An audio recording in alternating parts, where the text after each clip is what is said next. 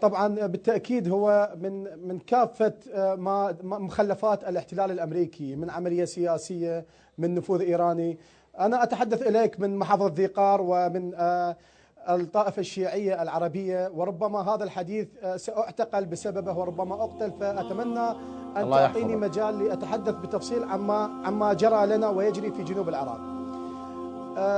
أقسم الاحتلال الإيراني إلى 4 أقسام: تغيير فكري وديموغرافي واحتلال اقتصادي وسيطرة أمنية.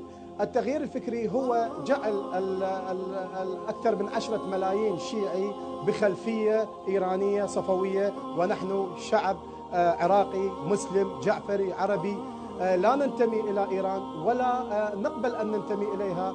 لذلك هي بدأت بتصفية الرموز العربية العشائرية والتكنوقراط والمثقفين في جنوب العراق، الرافضين لهذا التغلغل والرافضين للتغيير الفكري للشعب العراقي. كيف التغيير الفكري أخ عدي؟ شلون الطريق الفكري؟ نعم. يعني وضح لنا، فسرنا ايش تقصد بالتغيير الفكري. نعم هو أنا أريد أوضح لك. نعم، التغيير الفكري هو عن طريق طبعا هي لديها مسارين. المسار الأول عن طريق رجال الدين المحسوبين على ولاية الفقيه، الذين يريدون أن يحولوا جنوب العراق إلى تشيع صفوي، تكون ولاية الفقيه هي الخلفية الأساسية له. أما الثاني وهو هذا الأخطر، هو فتح حوزات لصغار السن، والمثل يقول التعلم في الصغر مثل النقش على الحجر. وهناك أيضا مدارس تستغل مادتي الفنية والرياضة. وأنا جئت بكثير من الملفات أعطينا أمثلة أخ عدي. مدارس بالأسماء. أعطينا أمثلة. نعم أمثلة. نعم مدرسة السياف في البصرة، مدرسة الإمام الصادق في الناصرية، مدرسة الإمام الهادي في الرفاعي، مدرسة بنت الهدى في الشطرة، مدرسة قتيبة في السماوة، مدرسة ثورة العشرين في الديوانية.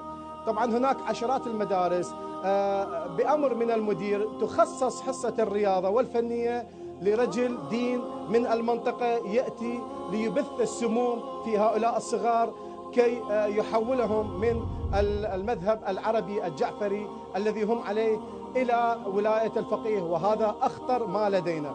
وهناك أيضا التغيير الديموغرافي، وهو تصفية جميع العشائر أو تهجيرهم بالتهجير القسري، خصوصا العشائر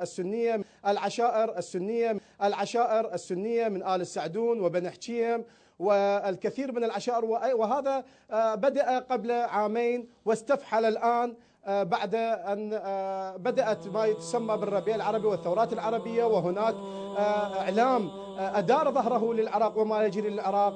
وهناك أيضا أنظمة عربية للأسف الشديد تشارك ولو بصورة غير مباشرة بما يجري لنا بسبب تركها للعراق أبواب مفتوحة لإيران وتغييرها. وهناك أيضا الاحتلال الاقتصادي. لا توجد الآن أي سلعة استهلاكية إن كانت مواد كهربائية، مواد إلكترونية أو خضار أو فواكه، إلا أن تصنع بإيران وتأتي من إيران. أصبحت الآن للأسف.